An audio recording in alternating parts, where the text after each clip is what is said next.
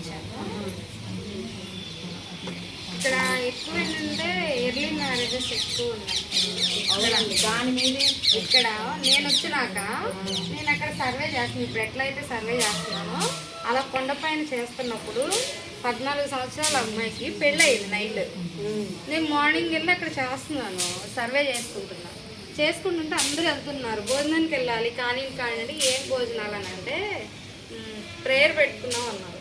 తీరా చూస్తే అది మ్యారేజ్, మేము ఎంక్వైరీ చేసుకున్న దాన్ని బట్టి మరి అది ఎవరు అంతగా లేదు.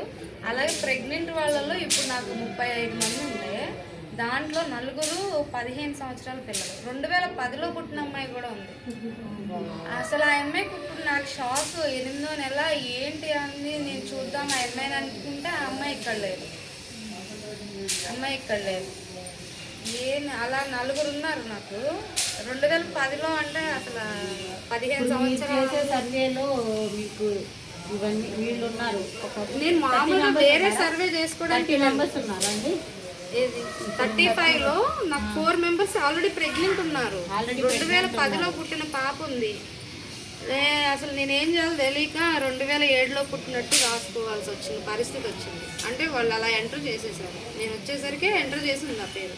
ఆ అమ్మాయికి నేను వచ్చేసరికి 7వ నెల. ఇప్పుడు ఆధార్ కార్డు కూడా ఏం చేస్తున్నారంటండి, డాక్టర్ దగ్గరికి వెళ్ళిపోయి ఏదో పెట్టేసేసి మారుస్తారు. ఏమైనా అలా ఎర్లీ మ్యారేజ్ చేసుకోవడం వల్ల అమ్మాయికి ప్రాణానికి చాలా ప్రమాదం ఉంటుంది. అన్ని సందర్భాల్లో ఒకలా ఉండదు కాబట్టి ఎప్పుడైతే చిన్నపిల్లలకు పెళ్లి చేస్తామో అప్పుడు మనం వాళ్ళని రిస్క్లోకి మనంతటా మనమే తోచిన వాళ్ళం అవుతాము. ఏంటి అంటే మనకు 18 సంవత్సరాలు నిండే వరకు గవర్నమెంట్ ఎందుకు పెట్టిందంటే 18 సంవత్సరాల వరకు మనలో బాడీలో మార్పులు వస్తాయి. అది ఆడైనా మగైనా 18 సంవత్సరాలు ఖచ్చితంగా మన బాడీలో మార్పులు వస్తాయి. మనం ఎట్లయితే ఎదుగుతున్నామో అలాగే లోపల ఆర్గాన్స్ మనకు కనపడవు. మనకు కళ్ళు చెవులు ముక్కు ఇవి కనిపిస్తాయి, పెరుగుతున్నాయి అని మనకు తెలుస్తుంది. కానీ లోపల ఉన్నాయి పెరిగినాయా లేవా అనేది తెలియదు. ఈ గర్భసంచి ఏంటంటే ఇంతే ఉన్నప్పుడు మీరు మామూలుగా మనకు 18 ఏళ్ళకి ఈ సైజు వస్తుంది, మన గుప్పటి సైజు అలా వస్తుంది. ఆ సైజుని మించి తక్కువ ఉంటుంది. ఇప్పుడు ఈ అమ్మాయికి పెళ్లి చేస్తారు, జాగ్రత్త ఉండదు, తెలీదు, ఏం చేయాలో తెలియని పరిస్థితి. అలాంటి టైంలో ఇంత చిన్న దాంట్లో బేబీ వస్తుంది, పెరిగిద్ది. ఆ పొట్ట అనేది ఆ బేబీ కూడా హెల్తీగా ఉండదు. ఎందుకంటే ఇంత దానిలో పెరగాల్సింది ఇంత చిన్న దానిలో పెరిగితే ఆ బేబీ హెల్తీ ఎలా అవుతుంది? అలాగే ఈ పిల్లకి అన్ని ఆర్గాన్స్ పెరగవు కాబట్టి ఇంకా ఈ అమ్మాయి కూడా ఎక్కువ బాధను అనుభవించాల్సి వస్తుంది. కాబట్టి ఏదైనా సరే ఆర్గాన్స్ అన్నీ 18 ఏళ్ళు పెట్టారు అంటే ఆర్గాన్స్ అన్ని లోపల ఉన్న అవయవాలన్నీ కూడా ఎదుగుదల రావాలనే. అందుకనే 18 సంవత్సరాల వరకు పెళ్లి చేయకూడదు ఆడపిల్లకి. 18 నిండాలి, ఖచ్చితంగా నిండాలి. ఇప్పుడైతే 21 చేశారు. కొంచెం మీ తరఫున నాకు ఇది నచ్చింది, నేను కావాలనే ఉన్నాను ఇక్కడ. ఏంటంటే విషయం అది ఎదగదు, లోపల ఆర్గాన్ ఎదగదు, అది తొందరగా డ్యామేజ్ అయిపోయింది. ఆ అమ్మాయికి 20 ఏళ్ళు వచ్చేసరికి గర్భసంచి తీసేయాల్సిన పరిస్థితి వస్తుంది. ఆ అమ్మాయి ఇంకేం చేస్తుంది?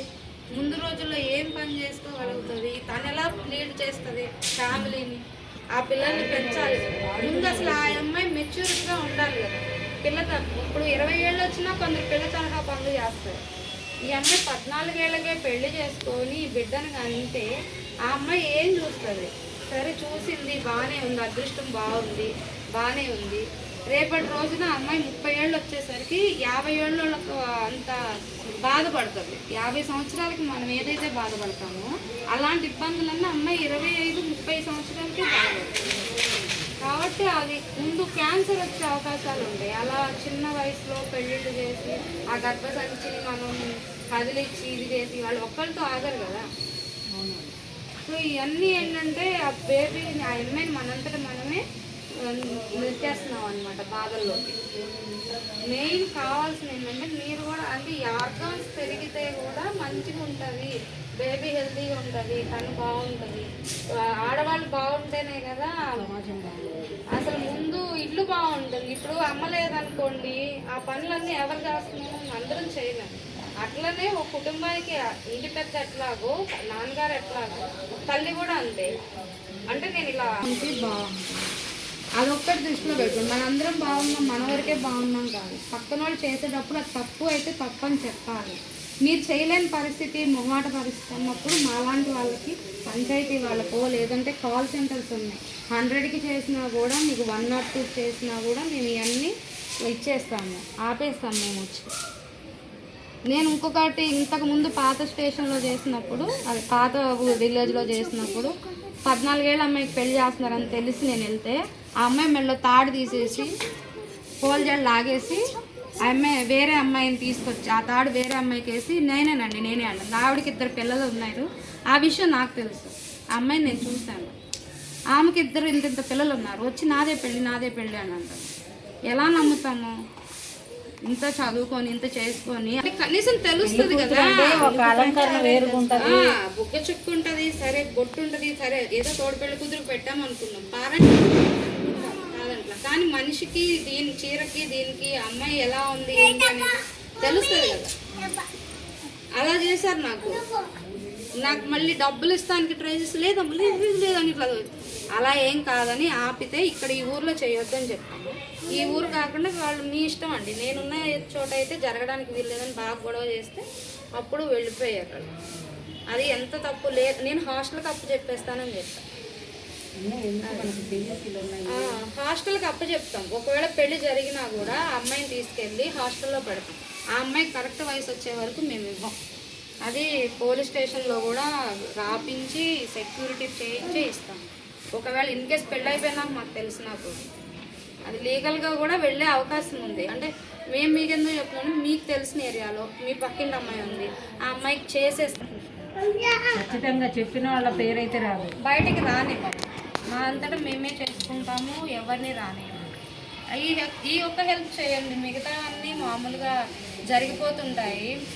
ఏ హెల్త్ ఇష్యూ వచ్చినా కూడా తెలియజేయండి, మా వంతు మేము సపోర్ట్ చేస్తాము. మేము చూసి ఏంటిది అనేది చేస్తాం. ఏ టైం అయినా సరే చెప్పండి, హెల్త్ ప్రాబ్లమ్స్ ఉంటాయి కూడా. ఎవరికంటే ఒక్క పెళ్లి కూతురు సైన్ కాదు, దాన్ని అది లేని వాళ్ళకి తెలుస్తుంది, ఇంట్లో ఎవరైతే లేరో వాళ్ళకి తెలుస్తాయి.